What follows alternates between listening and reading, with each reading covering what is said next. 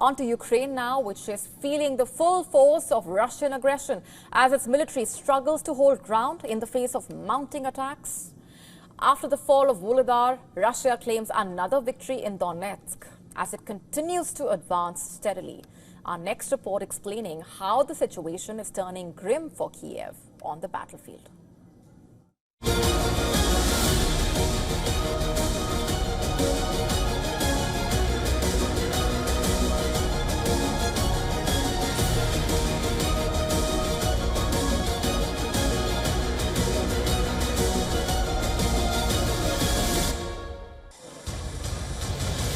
Another night brings destruction to Ukraine, with Kharkiv once again under heavy bombardment.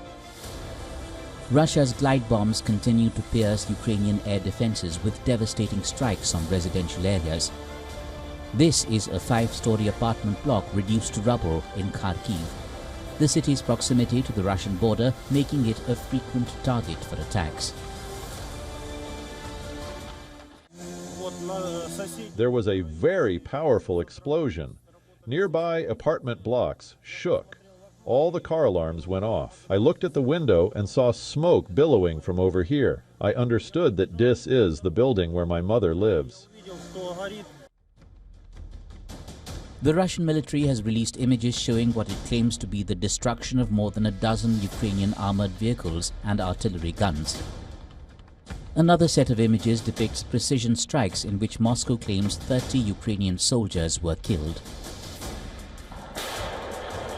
Ukrainian soldiers manning artillery positions on the front lines describe the difficulty of contending with Russia's superior firepower and tactics.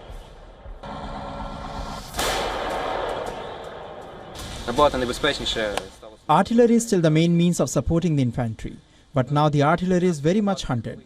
Our artillery isn't big in number, but it's hunted by Lancet drones, artillery and guided bombs. Artillery has become much more dangerous. Our main task is a counter-battery fight. The enemy has an advantage in the number of mortars, enemy guns. We are trying to reduce this advantage. A day after its stunning victory in Vuhledar, Russian forces have captured another settlement in Donetsk, reinforcing their position in the region. Full control of Vuhledar would improve Moscow's logistics and give its troops a significant tactical advantage, enabling them to more effectively use artillery from elevated positions.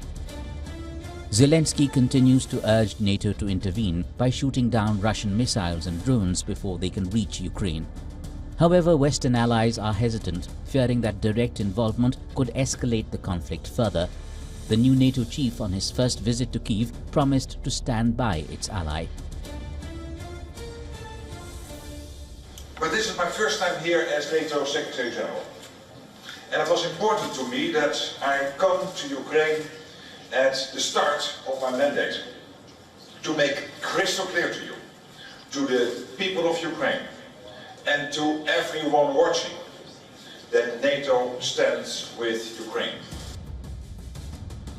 Despite the support from the West, Ukraine's situation on the Eastern Front is growing more difficult.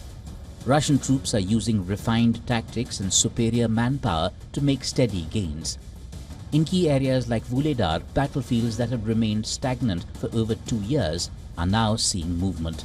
And it's largely in Russia's favor. Bureau Report, WION World is One.